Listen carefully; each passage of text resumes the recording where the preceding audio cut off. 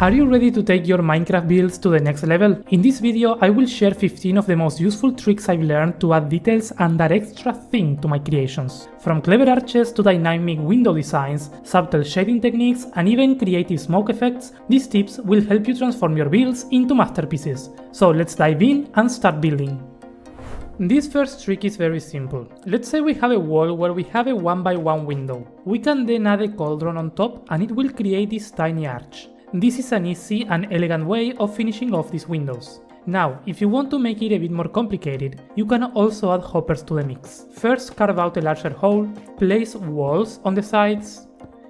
Then you want to have the cauldron in the middle, place the hoppers to the left and right and one block below the cauldron, and then you can fill in the rest with any full block. I go for deep slate because it matches the color the best. That way you can end up with this really cool looking arch in the same amount of space. You could also fill in the gap on the back as well for a more polished look. For the next trick, I will show you how to make even smaller arches than this. First, place walls with a block on top, then go across and break the middle one and place a stair there. Then you repeat this, block and walls underneath all the way down, and place trapdoors against the walls on this side. That way you will get this smaller arch which is slightly shorter than a single block. And of course you can stack them horizontally, one next to the other, finishing with something like this. Another design that is slightly smaller using the same 4 blocks is placing the wall and then 2 trapdoors next to each other going up. Then you can repeat this. And on top of the trapdoors, you need to place 2 stairs in opposite directions, just like this, and full blocks on top of the walls. The gap is very similar to the previous ones with the exception that these have a smaller center, so you can fit more of them in the same space. Both designs are compact, making them perfect for smaller spaces or repeating patterns in your builds. Staying on the topic of arches, let's do 2 more designs that are wider and way more simple, but still I'm gonna show them because they are classics, useful for many things, and you need to know them. The first is for when we have a 3x3 gap. You just need to place stairs on the corners and trapdoors all around like so. That creates one of the simplest and best looking archways. Another option for this is using walls. You can place them on the sides with a full block on top of the walls, a gap in the middle, and you can leave it like that or place a slab. The gap is smaller for this one, but you still need a 3x3 space for the walls. And then we have a 2x2 gap.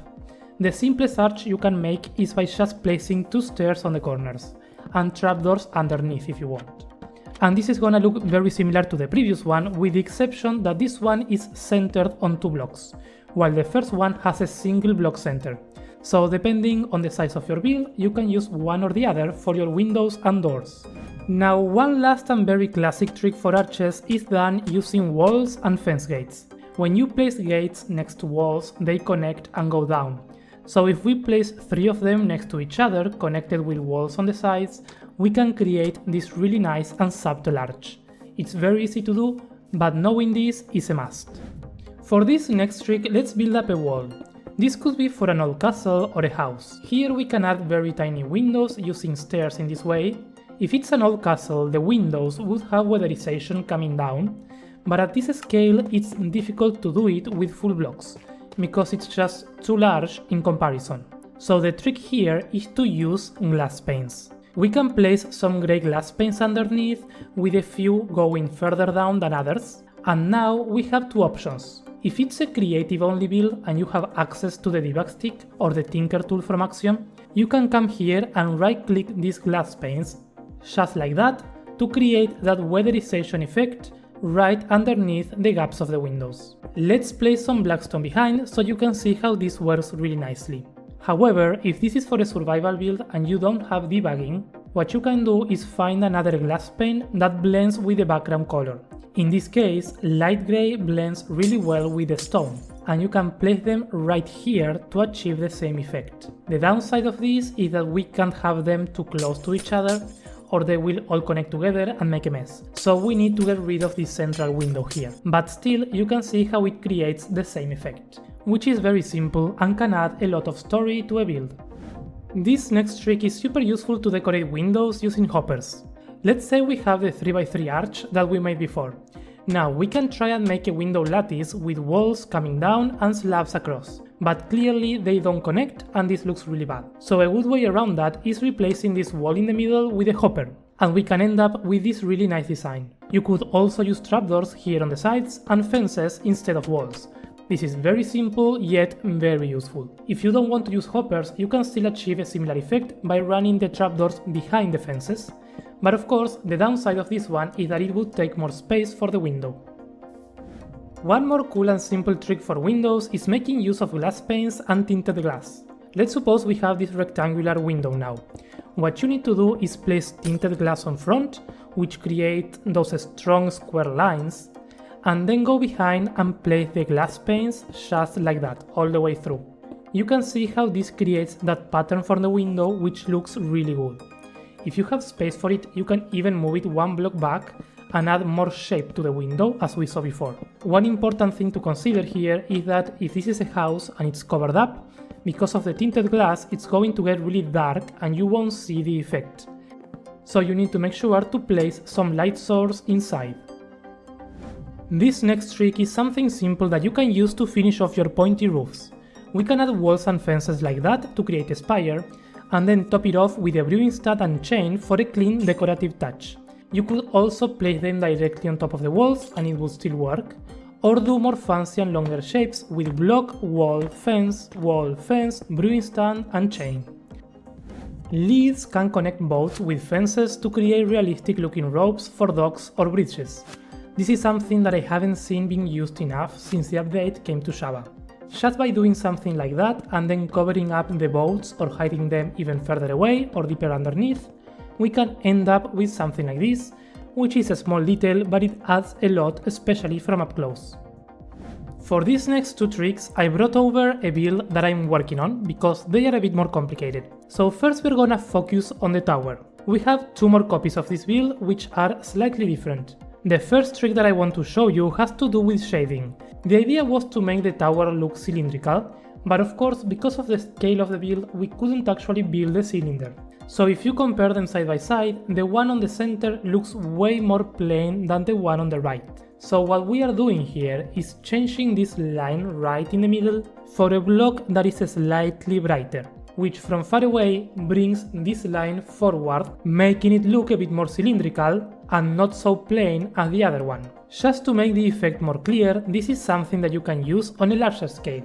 Basically, all you need to do is find the gradient that works with your color palette and transition horizontally from the lighter colors in the middle to the darker on the sides. It's flat, but still looks like a cylinder from a distance. And that's basically what we are using here on a smaller scale. The next one has to do with the ambient occlusion built in the Minecraft vanilla game. Now, this is something that I saw in a video a while back and it's better explained there, so I'll leave a link to that in the description. But here I want to show you just a small and simple way of using this in your builds without going crazy. Basically, ambient occlusion are these shadows casted by full blocks in Minecraft. What we want is to get rid of it, because whenever we have towers like this, where it gets thinner as we go up, we get these strong jumps in every step, and that's mostly the fault of the shadow. So if we get rid of it only on a few blocks close to the transitions, we can end up with a smoother look. And there are two ways that I know of that we can do this. One option is to place glass panes of a color that blends in with whatever material we have, which is what we did here underneath for this transition to get rid of that shadow right there. Or the other option is using non-full blocks, like stairs. I chose to place them in this way for simplicity, but you could also face them upside down and backwards, just like that, so you don't see the step. And we have now one side with a shadow and one without it on the first two blocks. It's a subtle effect, but from far away you can see how the left side has a smoother transition than the right side, and that helps to make the tower look smoother in the final result. This one is something that I use a lot on windows and chimneys, and it's a great way of making a fire effect. We need shroom lights and copper balls and 2 or 3 blocks of depth in your chimney for this. Basically, place a wall of lights on the back, you want the brightest in the center, which is the shroom light, and as you move away, you surround it with the bulbs turned on. And on the extreme, you can use exposed bulbs, which are a bit dimmer, and even a few turned off can also work. After that, you need to use glass panes, yellow, orange and red. Here you want the yellow on the center, surrounded by orange, and the red on the edges. And if you need a darker one, you can use brown as well. That already creates a nice fire effect. However, if we add another layer up front, we can make this look smoother and better. Basically, you want to cover this second layer in the same way as before, only that reducing the amount of yellow, so the brightest spots are more localized. This way you can see how we start to lose the texture of the shroom lights and bulbs from behind. I think this is a good amount of layers, but of course you could add more if you want to smooth it even further. Then we can cover this up and make the shape for a chimney, so you can see how this would look in a more finished state. One last thing with this is that you could change the colors of the glass to make it resemble a colored fire, like green, for instance. Staying on the topic of chimneys, let's see a nice trick to make smoke on top. We can basically use fence gates to very easily create a stylized smoke plume. What you need to do is to place the gates going out and flowing into a direction. You could do it straight up as well if you want to. Once you get the shape of the plume with a nice movement going, you just need to go back and start opening the gates in different directions to polish that shape. And you will end up with something like this. Then we can use a gradient of wood colors from dark to light for a more dynamic look. Another trick that I like to create a smoke is using the axiom mod.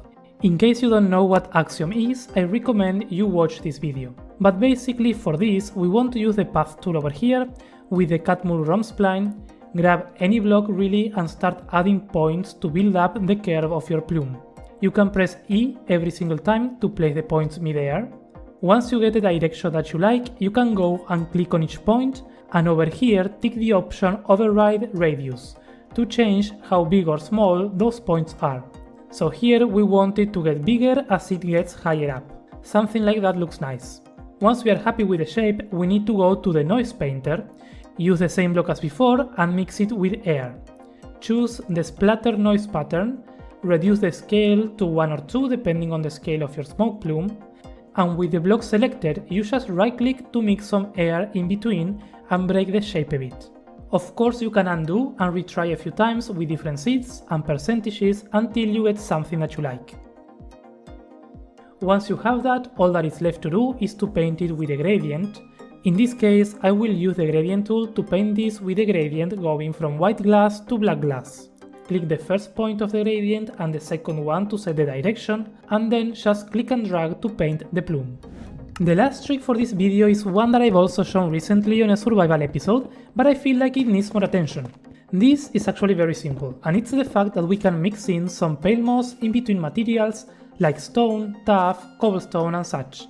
They blend together super well and it allows us to place grass or any kind of vegetation on top of them, which looks like there is grass growing from the rocks. And I absolutely love that because we couldn't do this before in survival. Those are all the 15 tricks. I have a bunch more, but let me know first if you find them useful so I can make a part 2. I hope you learned something new today with this video. This has been Calvin and I will see you in the next one. Bye bye!